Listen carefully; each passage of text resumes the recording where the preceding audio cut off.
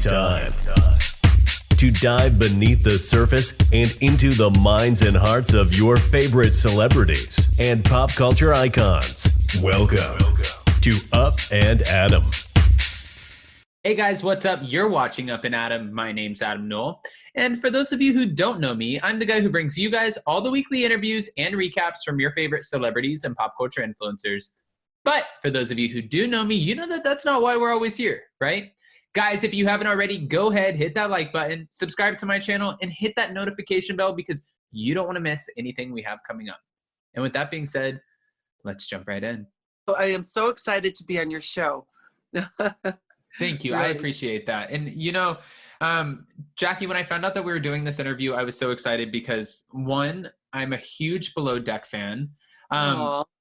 Two, I was a huge Flipping Out fan. So I've seen you before, you know. Oh my God, you're killing me. What, really? Yeah, no, and I so honestly, cool. You with Jeff Lewis, I thought you guys were hilarious together, and you're no stranger to reality television, which we'll jump into in a minute. But can I ask you, I know that they asked you when you got on the boat, do we call you Jackie, Miss Siegel? Do we call you Queen of Versailles? What is the most appropriate? Because I wasn't on that boat. I didn't get to ask that question. I usually tell people either Jackie or Queen of Versailles is the I like easiest. that. I feel like Queen, I never get to call anybody Queen of anything, so I want to go with Queen of Versailles for today. Okay, perfect. All right. I should have worn my crown. No, listen, when you're a queen, you don't need a crown. I can feel it. It radiates through the screen. But no, I wanted to also ask too, for any of us who may have missed the Flipping Out episode or the fact that you have been on reality TV before, or even Captain Sandy's season of Below Deck, any of us who are actually living under a rock, can you please tell us a little bit about where you're from and why they call you the Queen of Versailles? Okay, well, I'm from upstate New York, a small town girl, not New York City, like everyone thinks, you know, New York is New York City. I'm from like a town with like, I think Endicott, we only had about 30,000 people living there. So it was really small. And then I ended up entering beauty pageants. So I won like Miss Hawaiian Tropic. Then I moved to Florida and I won Mrs. Florida, America. And so I was like always around beauty contestants and pageants. And then I helped with sponsor Miss America, Miss Universe, all that stuff. So our life was always with crowns. And then I ended up, articles like in magazines started calling me the Queen of Versailles when I started building Versailles here in America. And then of course the documentary, The Queen of Versailles, just made it more worldwide. No, and I think I am. Yeah, here So you I'm are. kind And of I like- mean, honestly, for anyone, again, who would be watching this and who doesn't actually understand the magnitude of your home or hasn't seen Flipping Out, or I mean, that your home, I don't even want to call it a home. It's like a fort, like a base. Like a palace. It's like a palace. It's like its own little city. Well, it's not like, it pretty much is a palace, but it's over 90,000 square feet. And Wow. if someone that doesn't know what that is, that they can't envision it, I think everyone's been to Walmart or Super Walmart. Right. It's the same square footage as Super Walmart. So if you can imagine that, I guess. Into a house. Right? It's No. kind of crazy. No, I But, think my unit can probably fit into the Queen of Versailles guest bathroom. Maybe I should have you live in my guest bathroom. Hey, don't tip me with a good time. I'm there. You sound easy to please. Definitely. But no, speaking of that too, you know, obviously over time you were branded as Queen of Versailles and you have this amazing pageant background. Where in time did your husband actually play a role into this? Like, when did you meet your husband, and did that kind of help you? I know that I'm sure you met him before pageants, but did that help you come into this title of Queen of Versailles and this sort of life that you lead now? I actually met him because of the pageants. And that's one thing that I love about beauty pageants is it changes people's lives. It changes especially the winner. because the winner of each pageant has all these opportunities ahead of her. You know, she's able to speak in public as the title holder, and she's an instant celebrity. And so my current, I produced the Mrs. Florida pageant. My current winner, she was having a birthday party at her house up in Orlando, and my husband, well, to be, I didn't know, I hadn't met him yet. He happened to be at the same birthday party that we were both invited to, and he said it was love at first sight. And what I didn't know is he was called the king of timeshare. So it's kind of like we both had our own titles. But I'll tell you one thing, like when I met him, I didn't know he was a developer and all that. I knew he was in real estate, but we lived in a 3-bedroom house. Well, it was actually 4 bedrooms, but I made one of them my closet because he's a bit of a closet hog too. So, and then he became like, his business kept growing and growing, and now he became the timeshare king. You know, it's like quite amazing. So it's kind of like the king and the queen, I guess.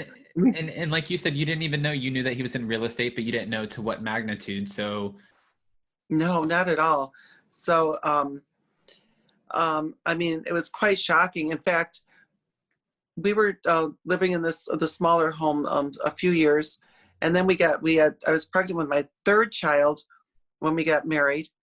So we took we ended up going on a honeymoon after I had the baby. And so that was about like 6 months after our wedding. And we took the honeymoon in France. So in France, it was around the time where I usually get pregnant on Labor Day, and it was Labor Day. But I have the baby's Memorial Day. So I got pregnant 4 times on Labor Day. So he kind of figured I was going to be getting pregnant on this trip. And he says, you know, we're going to need a bigger house. And I did get pregnant, by the way, with my 4th child on this trip, on our honeymoon. So we toured Versailles, and I didn't think anything of it. My husband was just asking me, oh, what do you think of the Great Hall? Or what do you think of this chandelier? Or how do you like the mirrors or the floor? And I said, oh, it's beautiful. It's beautiful. And not thinking that what's going through his mind.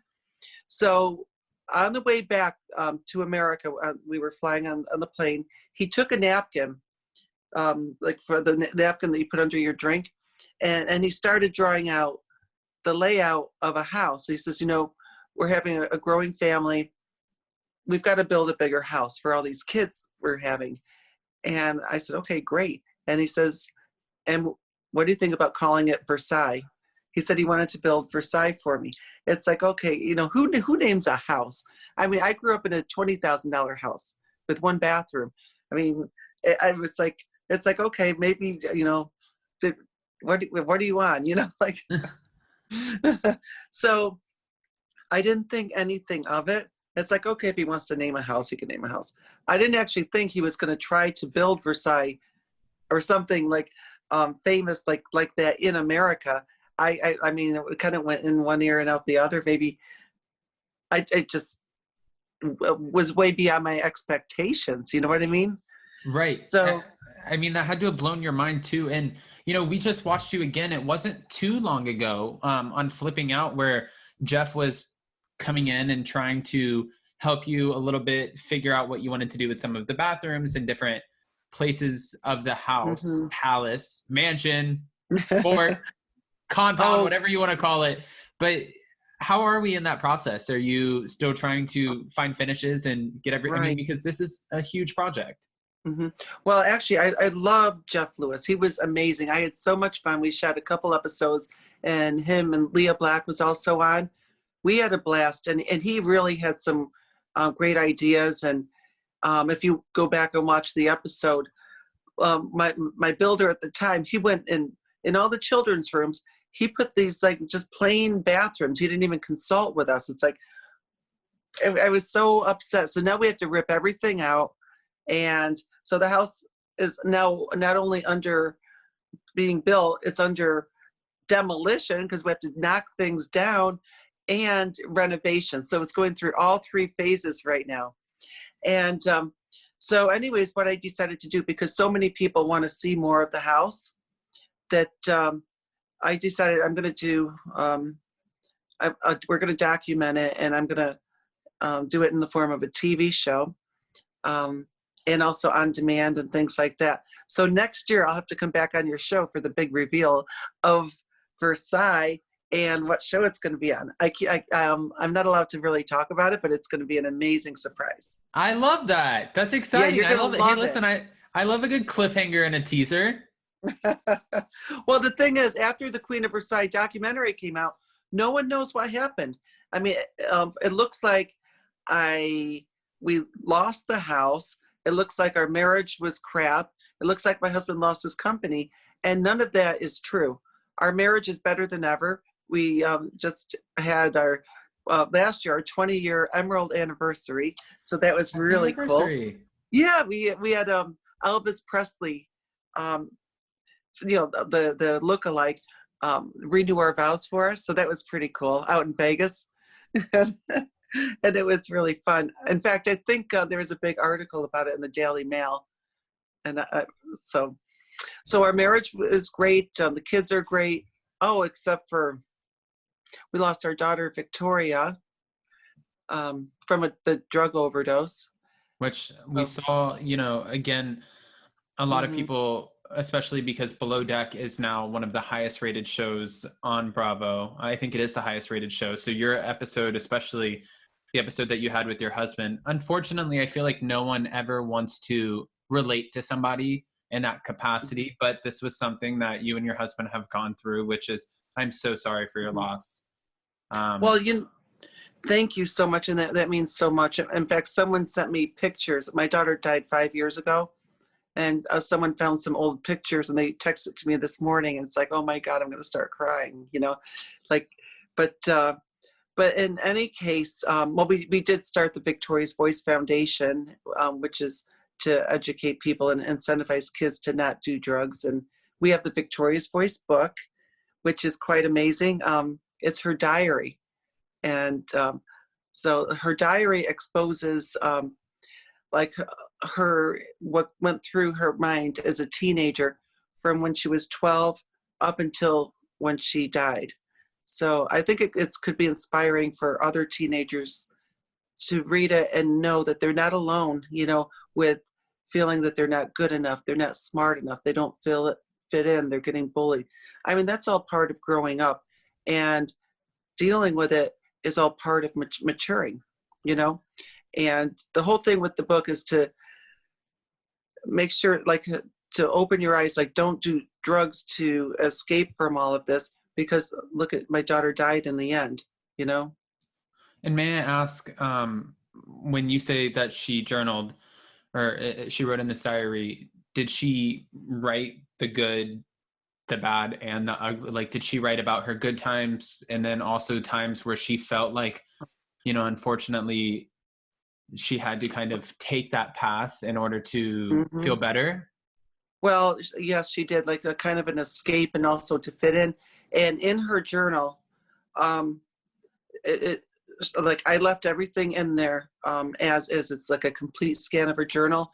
And I mean, it has all of the 4-letter words that she would use when she was angry. I mean, it's totally unedited. It's like raw.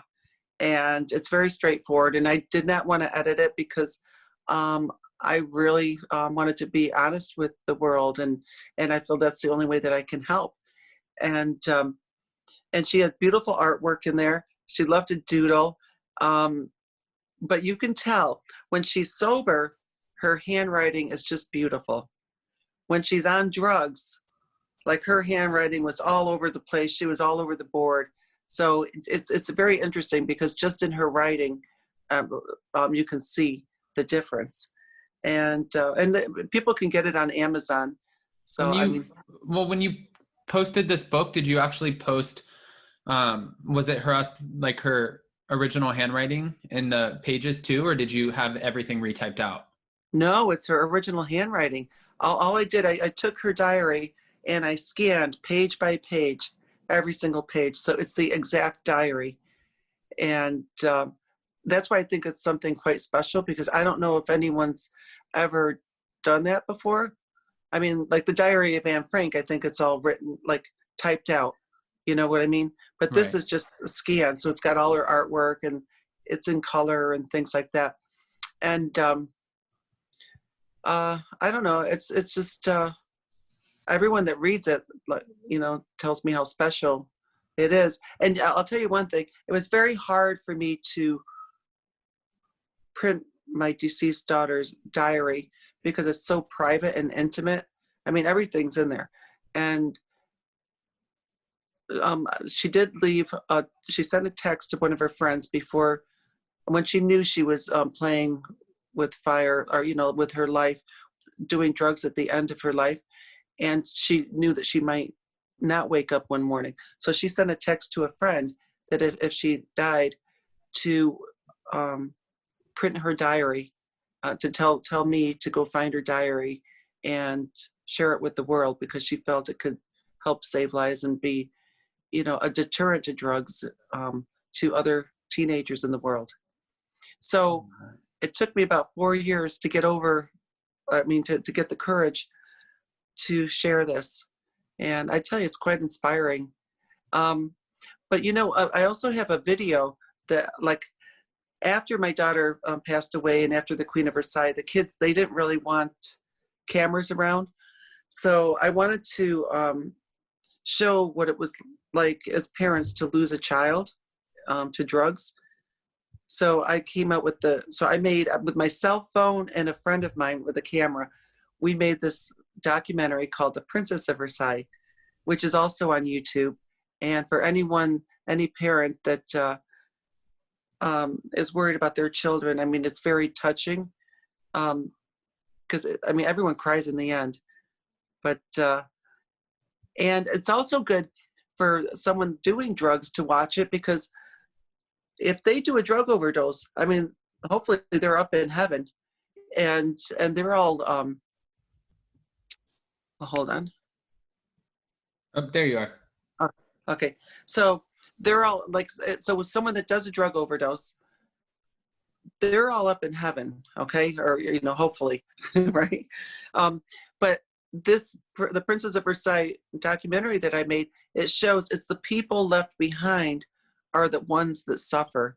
I mean, we have some footage from our daughter's funeral. So it's really something. If you get a chance, if you should watch it. No, I would love to. And one thing, I look really bad in the movie because you have to figure, I was crying all the time. Like, I wasn't crying in front of the camera. We edited all that out, but like, I was crying behind the scenes, like at nighttime, and I wasn't getting much sleep, and I have like bags under my eyes. So, no, but I'm sure, first of all, I don't think we can give you a bad edit. Second of all, honestly, I think that people can honestly understand that it's not like, this is real reality. Reality TV, obviously you have so many pre-produced moments, and not in all shows and everything, but there's an idea there. But when you start dealing with family relationships, unfortunately death, and everything that happens over time, those bring out real emotions. So I think people would probably rather see you in that raw state than it's very raw.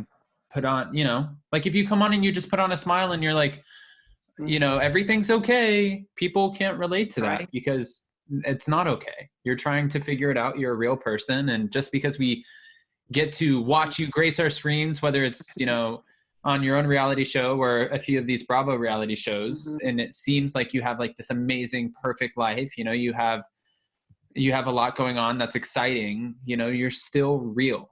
And that's what people want to see. Yeah.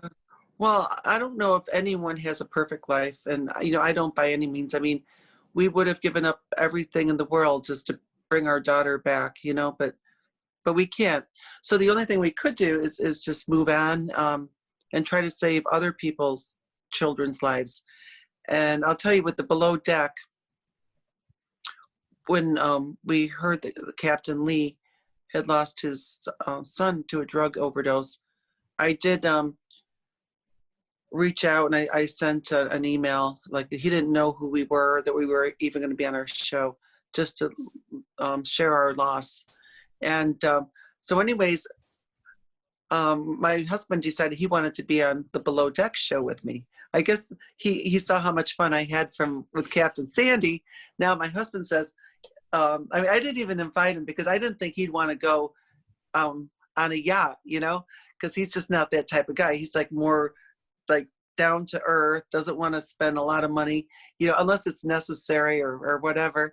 I mean, he even gets a free car from like Thrifty or something like that from whoever we do business with our resorts. Like he could be driving anything, but he uses the rental car, and that's what he likes to do. So sounds like my type of guy. Yeah, right. I guess he saved all his money to build a big house. I don't know, but in any case, so I'm talking about to my friends, like, who am I going to invite? Because it was going to be more like a girls' trip, like it was with Captain Sandy. And all of a sudden, my husband's like, "Well, I'm going." It's like, "What? You're going?" I didn't know. I mean, great. I was so excited when he said he was coming on the yacht, because he's not a yacht person. He's one of those people that thinks going on a big boat, going out to sea is a waste of time when he could be looking at real estate and making money. Like it drives him crazy to be dormant, like each day that he's not out working, because he was a workaholic, he's losing money. But I guess he decided that it looks like so much fun when I went on it, that it was his turn to join. So then we decided to make it more like a family trip.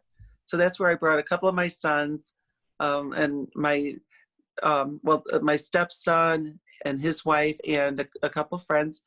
And it was really a wonderful experience. So what happened is, when we were prepping, we landed in Antigua, and we were prepped at the dock. They had like a little, like a bar at the dock, and the producer came down, and he was wonderful. He says, "On this, there's really no rules." He says, "This is a pure charter, a real charter. Be yourselves, have fun, do what you want, and have a blast." He said, "The only thing that we ask," and there's one rule, okay, was don't mention anything to Captain Lee about losing his son. Okay? And they said, otherwise, go and have a blast. So we're okay. I mean, we can obey that one rule. That was easy.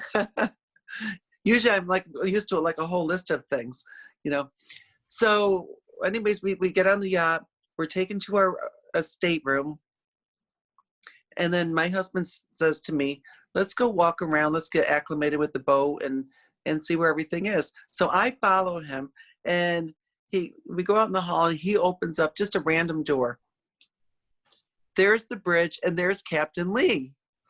And it's a very random door to be going in. Right? So now we're on the bridge.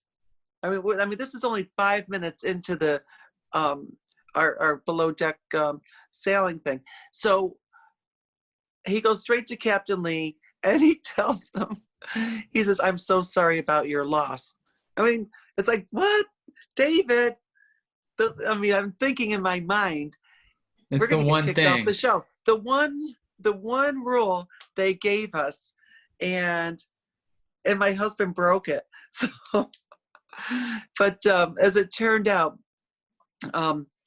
my husband, he told Captain Lee that we also lost a daughter to a drug overdose, and all of a sudden Captain Lee just like started talking with my husband, and they really bonded. And I think it was the first time that Captain Lee had actually ever talked about in public about his son's death. And I think what was special is because it's like, he's like a very respectable man, and my husband's a respectable man. And so from man to man, it was like they were on the same level, right? And I think they found comfort in hearing each other's stories. So my husband and Captain Lee joined us every single night to dinner. I mean, it was quite amazing. And they talked till all hours of the night. And I really think it was something special. But I was talking to some people, and I don't do Twitter, but Captain Lee has one. and he tweeted about losing a son. And I heard he got hundreds, if not thousands, of people responding to his Twitter that they said, I too have lost a child, you know? So by him coming out, I think he's reached out to all those people. And because when you lose a child, especially to drugs, you feel like it's your fault, you weren't a good parent, this or that, you know, and you feel so isolated, like you're the only one, and you're not. It's like the drug epidemic is getting really bad, especially with the COVID lockdowns, because with COVID now, people are isolated. The kids are not going to school. Everything's virtual. I mean, we're all, kids need socialization. You know, they need to be around other kids. They need to play sports. If they don't play sports, they could like to watch the sports, you know? And it's really sad. There's a rise in mental illness with this whole COVID lockdown and depression. There's going to be a lot of health problems with people staying inside too much. And I've noticed that the deaths from the drugs has almost doubled from year to date, from today till now, since the whole COVID lockdown. And it's scary. Unfortunately, so has the suicide rate. It's suicide, yes. I mean, it's everything's, these deaths are going up, and it's all in our young people. I mean, these kids, are America's future.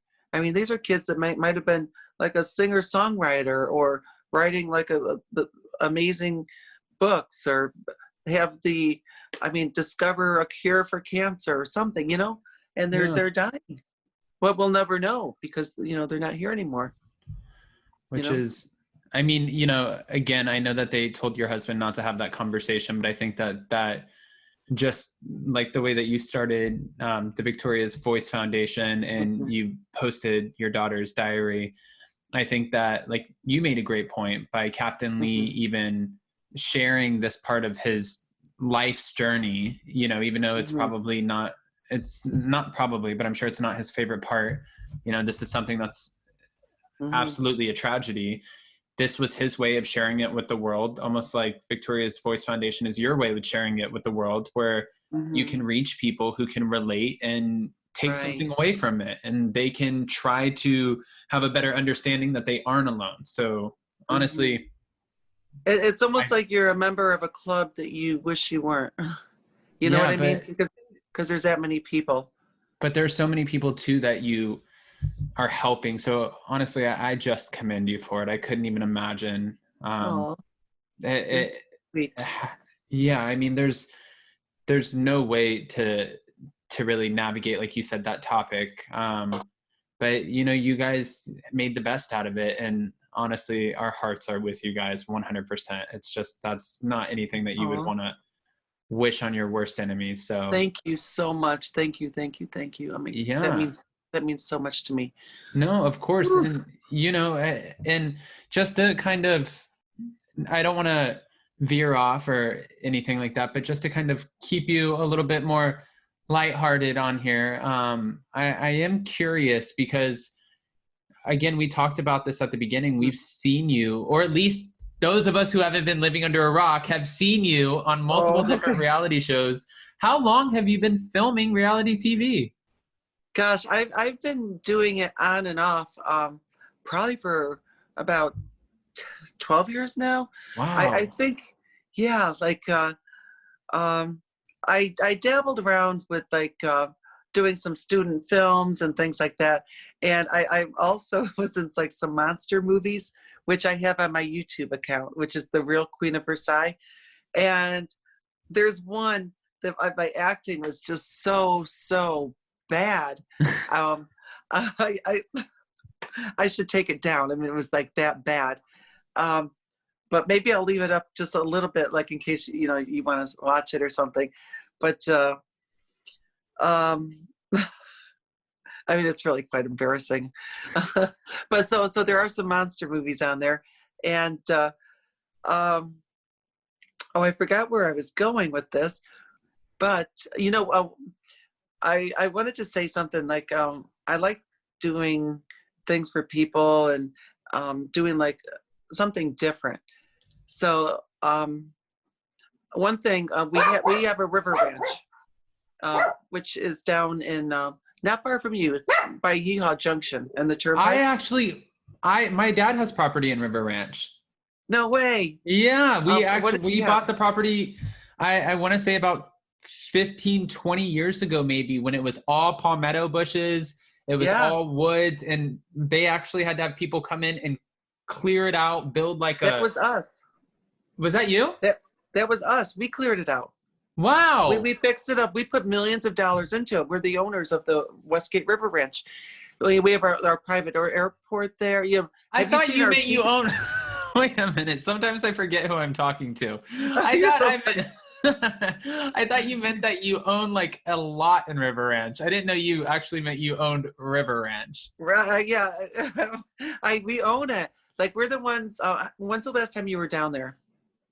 I want to say at least my dad probably 2 years ago. For me, at least 12 or 14 years ago. I remember taking the four-wheelers, going over like the mud pits and the big hills. Right. And well, Google Westgate River Ranch, and you'll see we now have teepees.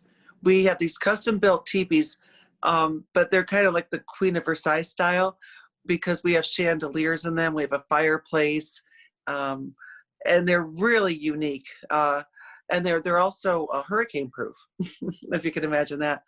So it's just, you have no idea. We're building stagecoaches for people to have that experience staying in a stagecoach. We have glamping. We have primitive camping if anyone wants to bring their own tents.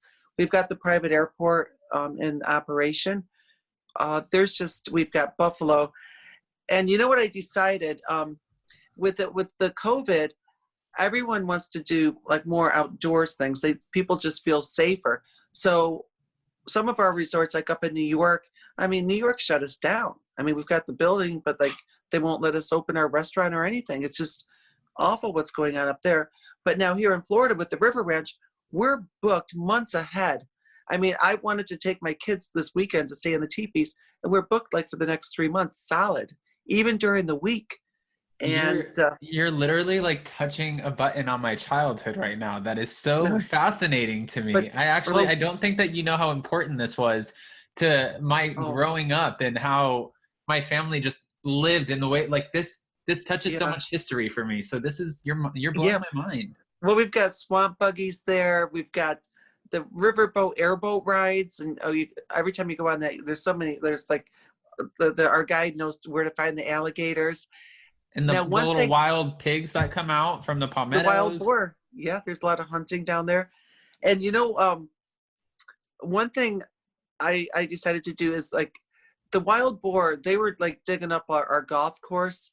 And there's so many wild animals and plus people that are going to the River Ranch aren't golfers. They're more outdoorsy people. They want to shoot guns. They want to do the rodeo, horseback, all that stuff. So I'm turning the golf course into like a golf drive-through safari where you ride a golf cart through the safari. So so you'll see like a lot of African like wild animals like giraffes and elephants and like really cool stuff. Is this Can you safely do that? Yeah, it's kind of like have you been to Lion Country Safari? You're coming to Palm Beach next week. You should check it out because it's this. Oh, they don't do it. Been to that. Yeah, they don't do it in golf carts. They do it in cars, but you drive through like an African safari, and it's. Yeah. The lines are through the roof. People live for this stuff. Right. So this is going to be not too far from you. You should tell your dad what we're doing, and we put in millions of dollars into the improvements for the community there. And as you know, like we have, like it's its own town. We have our own post office, our country store. If there was ever another 9/11, I think it would be a safe place to go and hide out. Just go to the River Ranch. I'm gonna blow my dad's mind when I tell him I had this conversation. Wow. Yeah. Wow. So there's so much that we don't know about you. I honestly, I could make this I could make this a 3-part interview, as fascinated as I Right. am. But, again, You're so I cute. appreciate your time. I, of course, don't want to keep all of it.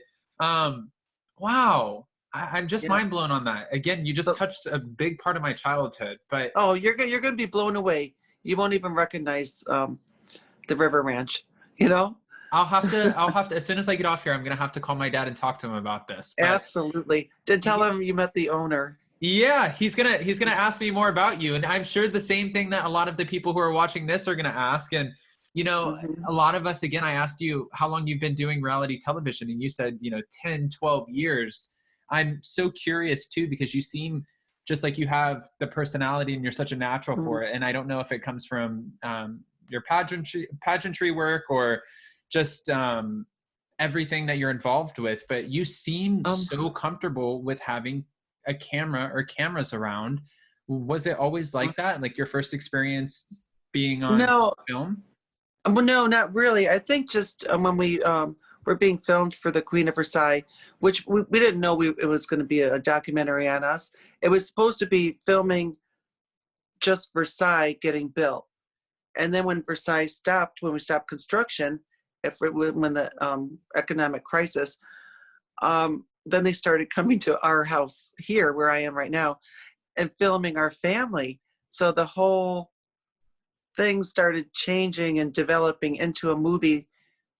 And my husband, he in the Queen of Versailles, he looks like he's pissed off, but it's not. He wasn't pissed off at me like so much. He was pissed off because cameras kept coming in, and he didn't know why they were there. No one told us why are these cameras here, but me, I love the camera, so he would kick the camera crew out the front door, and then I'd run around us, meet me out back, and I'd let him back in the back door, and so there was this vicious cycle. So he liked it, like in the movie, just to stay in his room. I mean, it was better that way, you know. Plus, he's just in his shorts. I mean, it's not even like half the time he's with not even dressed. But it was like just true reality. Like actually, I almost like forgot sometimes that the cameras were even there. Even on Below Deck, I forgot like the cameras were there and stuff like that. Like, That's such a natural response, though, by the way. I do so many interviews with housewives and people who do so many different reality shows, and they always say the same thing that you just said, that it seems like after a day or two, or after a little bit of getting used yeah, to the cameras, you just kind of forget that they're there, and you lead on these natural conversations that you would yeah. have with or without the cameras. Well, it's just like if you go into any store, 7-Eleven or a bank or anything, they'll say, premises under surveillance. You really don't even think about that you're being recorded. Like you kind of, like the first time you ever saw when they first came out with surveillance cameras, and they're there, you think about it, but then now it's just common. Like there's cameras everywhere we go, even at the red lights and things. Although we probably pay more attention at the red lights that there's cameras, like, no, officer, I thought it was pink, the light was pink. No, Yeah. they're like, that's cute. They're like, no, this is entrapment, and we got you. I just No. want a free pass. Come on. No, but you actually just brought up Below Deck, and you said you didn't even necessarily notice. I am curious because, and you can totally correct me if I'm wrong, you did the season with Captain Sandy, and now you just did the season with Captain Lee. This would make your second season on a Below Deck franchise, right? Yes. Would you And ever be and I'm willing one to of do it the again? I'm one of the few people that have done both. And I was almost considering and thinking, I haven't decided yet about doing the sailboat one. No, So I knew you were going to say that.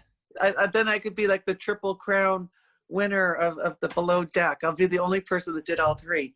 Hey, and the sailing yacht one looks amazing too. It's just a different experience. I feel like that would be so much fun. Yeah, I can't wait to watch the new episode coming up after this one that we're in. Can I So- ask you? Oh, no, I can't. I can't either. I can't even wait to watch the new franchise of Sailing Yacht 2, because that's going to be amazing. I love the Below Deck franchises as it is, but a lot of people who are true Bravo super fans and super fans of Below Deck, they can't help but compare our two captains. We have amazing Captain Sandy, who is just like super to the point. She's great at her job. A lot of people question the fact that she is a woman in her position, which I think is absolutely ridiculous, especially because this is 2021. Like, I feel like if we're still looking at anybody like they can't do something, then we need to check on ourselves for a second. And then there's Captain Lee, who again puts up with nothing, but you also got a more vulnerable version of him because you were able to relate on a different level than something maybe you would have been able to relate with Captain Sandy on. I'm not going to ask you if you have a favorite, but do you have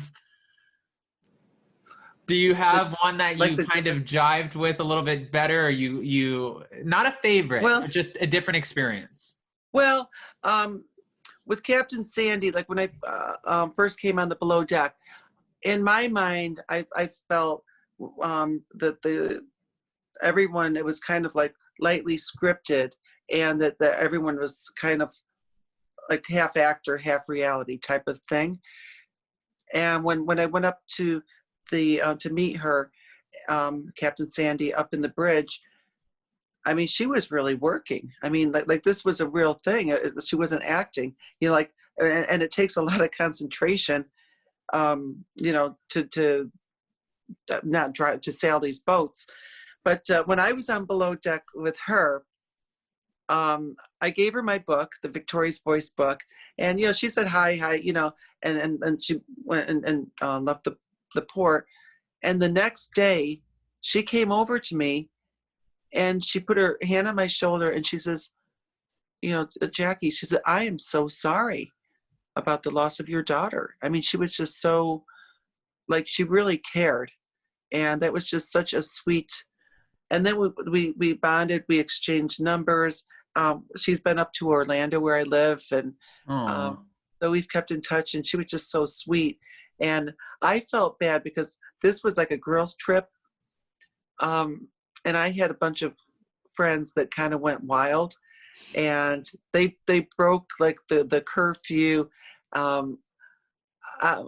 didn't go out with my friends late, but they went like to the south of France, like to some nightclubs. While I was on the boat, like lighting Chinese lanterns and having an emotional evening. And so she needed to leave the port, and our friends weren't even back yet and stuff. And you know, I felt really bad. Like some of the crew was saying, you know, we've got to leave. We can't wait for them. And my friends, they didn't even have their passports or anything. But Captain Sandy, I mean, she waited for them, and that was really nice. Now, I don't know, when I watched like Captain Lee when that woman jumped overboard, Dolores. I mean, he kicked her off the boat. I mean, off the tour, and that was it. I mean, he doesn't put up with any crap. So I don't know if he would have like left my friends. That's why I was almost afraid when your son wanted to get on the Tinder. I was like, no. I know, because then we didn't know how strict like that. Maybe that's another rule. You got to, you know, listen to the captain, and I can appreciate that because it's our, you know, people's lives at stake, but they were amazing. And I think like my husband, he bonded more just as man to man with Captain Lee, and they talked a few times this past week while the show was showing. We had a little watch party at a private club here, and we invited him, but I think he had to go off and probably start shooting his next season. So yeah, so they're both just amazing people, and it's something that the addiction and the loss of his child is all what brought us together and bonded. You know, it's like, and see, Captain Sandy, I mean, she's a clean person. She doesn't drink or anything, you know, so she really liked what I was promoting in our Victoria's Voice book. Oh, I love that. And I think that's a great answer too, because you just bonded with them. They're two totally different, completely different people, right? But yeah, I think both equally amazing. I've actually had conversations with both, not in the capacity that you have, but Captain Sandy has always been an absolute sweetheart, and Captain Lee's always Yeah. just been an amazing guy, just Yes. up front, in general. I mean, But okay, go ahead. I wanted to say something. So also, we fell in love with Rachel's cooking. And Is she not the best? Oh my God. She can cook like everything from meat and potatoes, like my husband likes, to like gourmet caviar and French or toast points and all that. And she can also keep my kids happy because my kids are kind of picky too. So, I mean, she does like everything. And I mean, I've gone through several chefs, and it's so hard to please everyone in my house because we have 7 kids and my husband and me, and I like gourmet, and my husband likes good old fashioned American food, and she was able to do it all. And so I've been trying to reach out to her to see if she wants to come and be our chef over at Versailles. So, but Versailles is not going to be finished until like next year anyways. But even now I would take her now, in this house. And I was just going to say, I did an interview with her not even a month ago, and she's hiding out in Italy right now because she said, I'm getting so much flack because of what when she told Captain Lee to pretty much, shove it in her own way, even though it wasn't directed towards him. Oh, right. Yeah, she said that she got a lot of flack. I didn't see that one.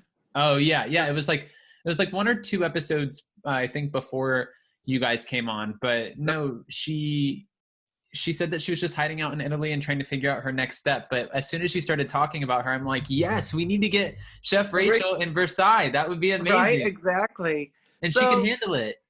I think she could too. I think she'd be amazing. And so we'll see. I mean, she did respond. She said she's would like to consider it, and that she was had another job coming up, and we'll see after that. So we'll keep our fingers crossed. I'd like to do an interview with her. How fun would that be if you took a little bit of Below Deck home with you? Wouldn't that be great? Although I don't want to steal the crew from Below Decks. I wouldn't do that. Just only like once the show's over and all that. Yeah, that makes sense. I mean, that's one thing I can't stand is when people steal each other's staff.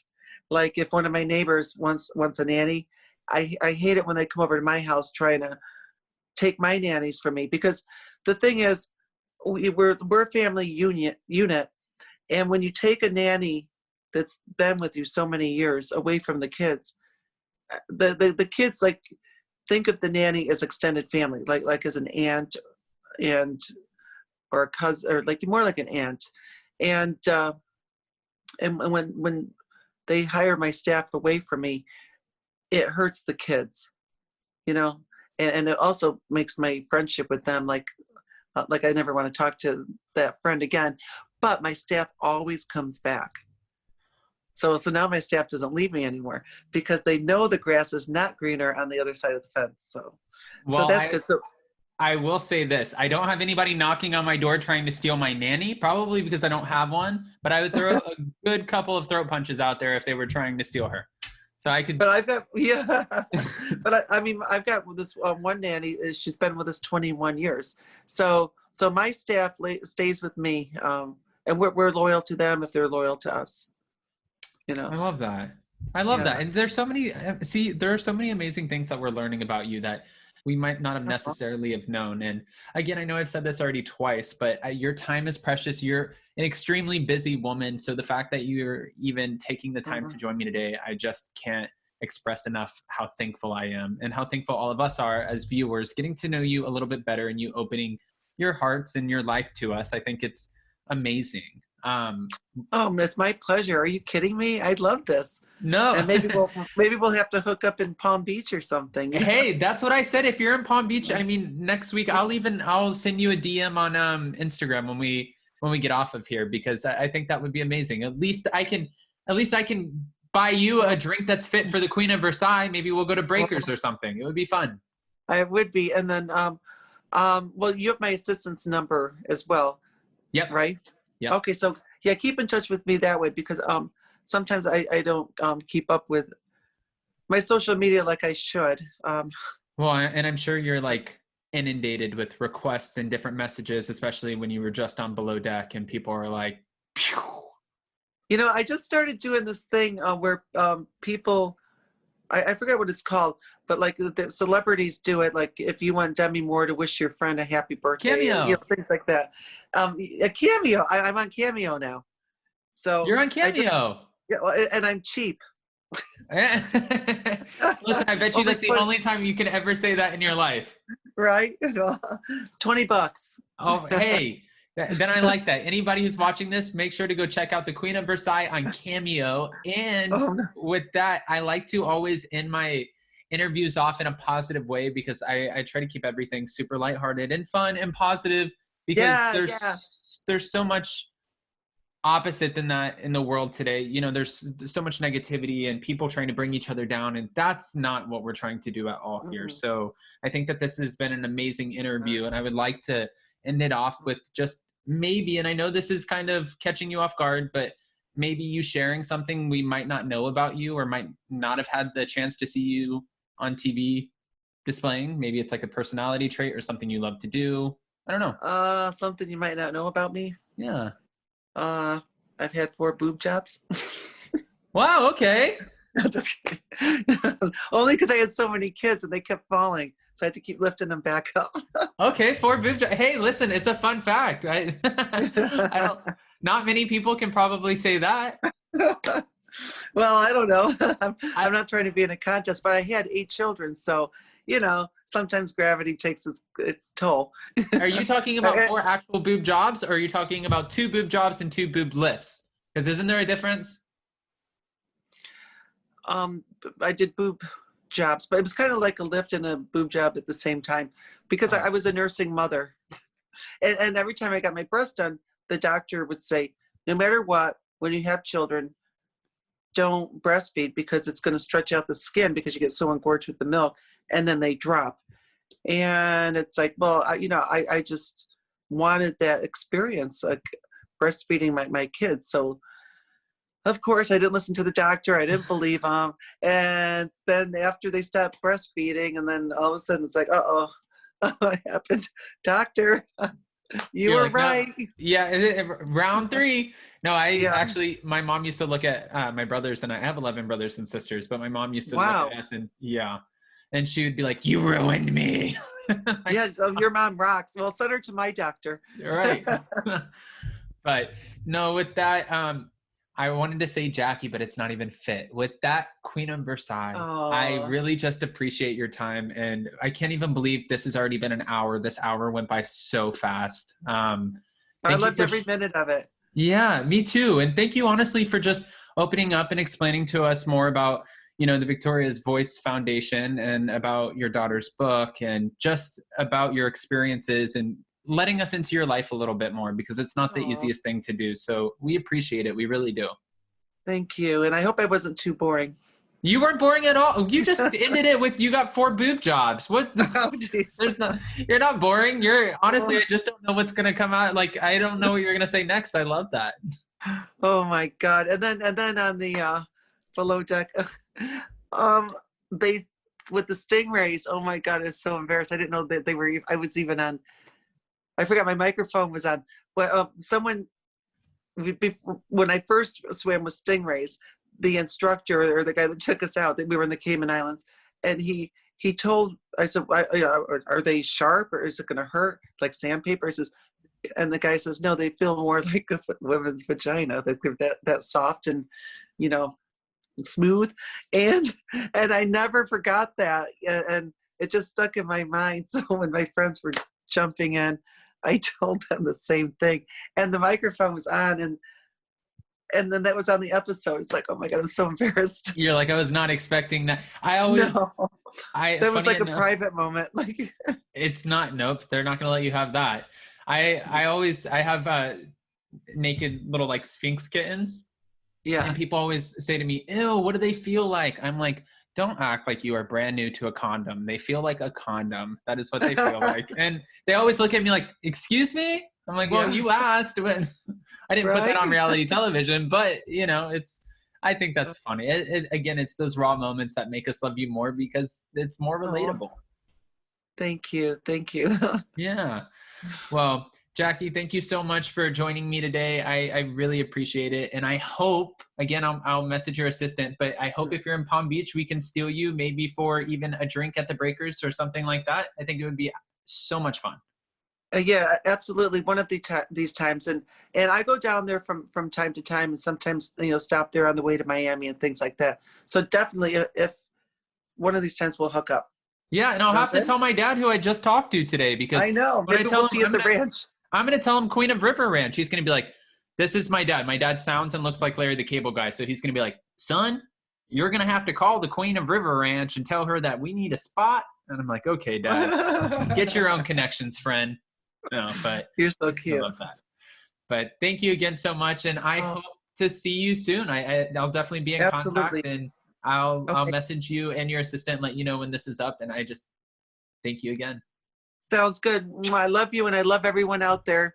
I hope you enjoyed the show. We love you too. Thank you so much. Okay, take care. See you soon. All right, guys, that was Jackie Siegel, Queen of Versailles. How awesome was she? Honestly, absolutely raw in the fact that she shared just moments in her life that you wouldn't want to necessarily wish on your worst enemy. I think that these are moments, especially with her daughter, Victoria, and running the Victoria's Voice Foundation. I think these are moments that, she's trying to take and her family's trying to take and figure out how to navigate getting through this and helping other people. And that really shows you what kind of family we are dealing with here. So what an amazing woman. And I know I said this 100 times, but I can't thank her enough for joining me today. I loved watching her on her TV show, and she did tease that there's another show coming up, so we'll have to wait and see. With that being said, guys, if you haven't already, go ahead, hit that like button, subscribe to my channel, hit that notification bell, because you don't want to miss anything we have coming up. And yeah, guess we'll see you next time. Bye, guys. Thanks for watching Up and Adam.